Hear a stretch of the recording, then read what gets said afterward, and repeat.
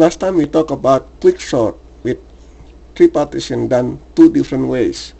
I'm going to talk about quicksort now, but I'm going to put a little twist on it. And basically, the most beautiful code is quicksort, and the question is, how do you remove recursion from quicksort?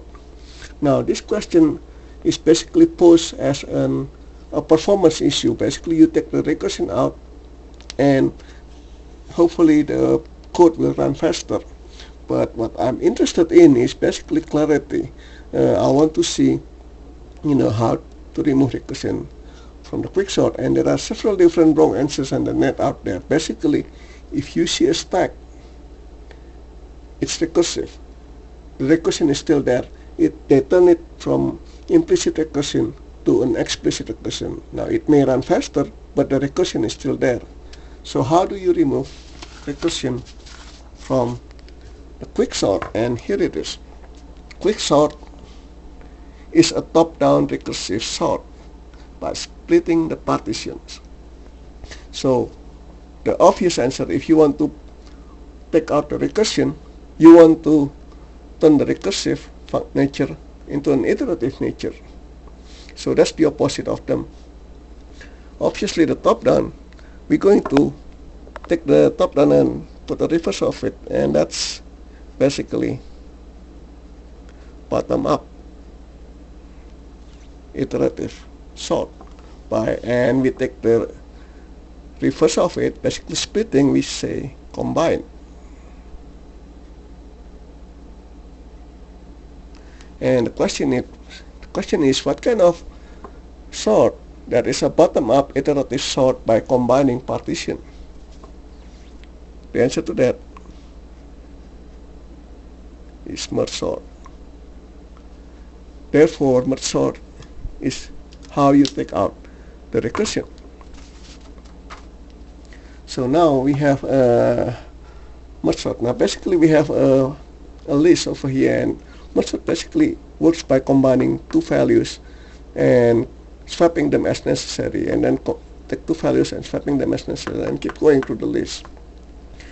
We know that this is sorted and this is sorted, and so we compare the two this way.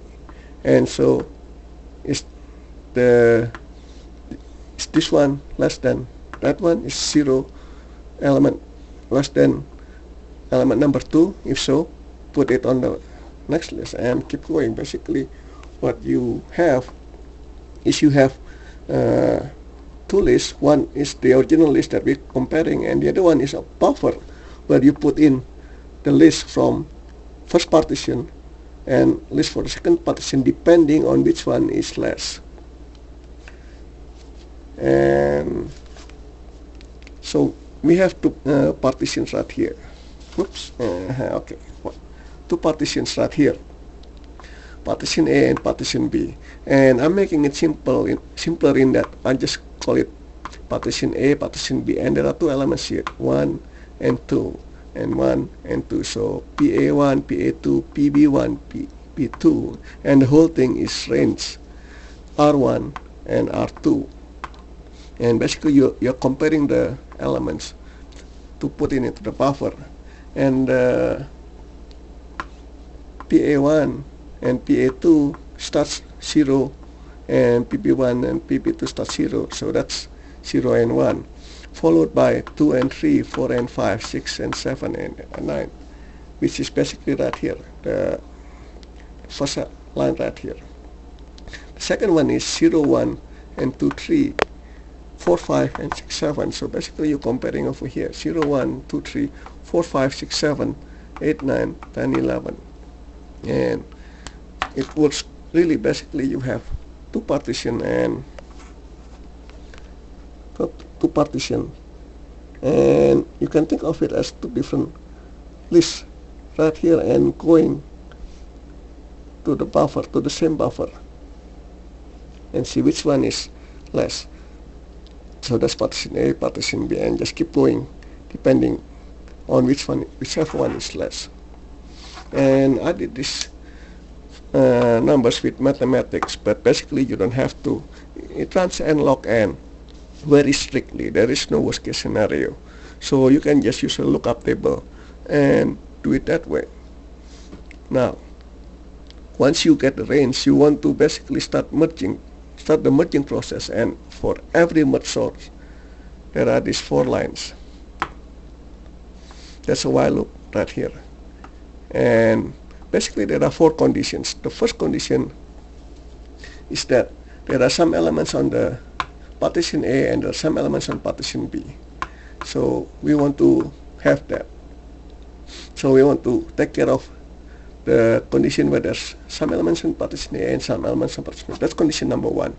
Condition number 2, there are some elements on partition A, but there's no element on partition B. Partition B is gone. Nothing there. So that's condition number 2. Condition number 3 is basically there is some elements on partition B, but there's nothing on partition A. So that's condition number 3. And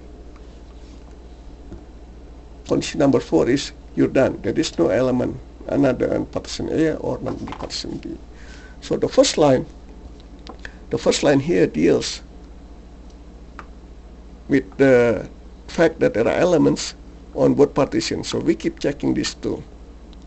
And the buffer here, we basically are checking to see that which one, which of these 2 elements. There's a assignment here. Yep, there is assignment operator here. Kind of hard to see, but basically the buffer element and the P basically just iterates everything. See which one is lower. Is it element number A? Is it from partition A, or is it for partition B? And depending on that one, we choose the value in partition A or partition B, incrementing each one as it's being assigned to the buffer. That's condition number 1, and it's just one line. You don't need. It's just one line basically, one long line. And second condition is that we have some elements on partition A, but not on B. So we don't have to check that. We just check the element A, and of course the contents of buffer is just the contents of element A. The third condition is that there is no element on partition A, so we don't have to check that. We just check that there's still some elements on the B partition, and so we put that into the buffer. And fourth condition is that we are done and we have some elements on the buffer, and we just go to the range and put the elements back into the original list here.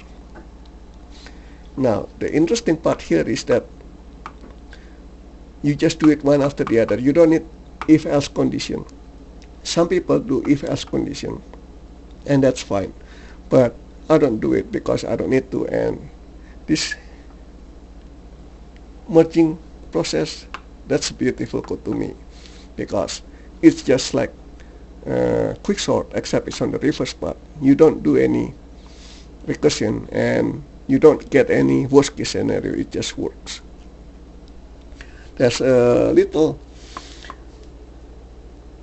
optimization here. If A2 is less than B1, you don't need to do anything, just keep the whole thing.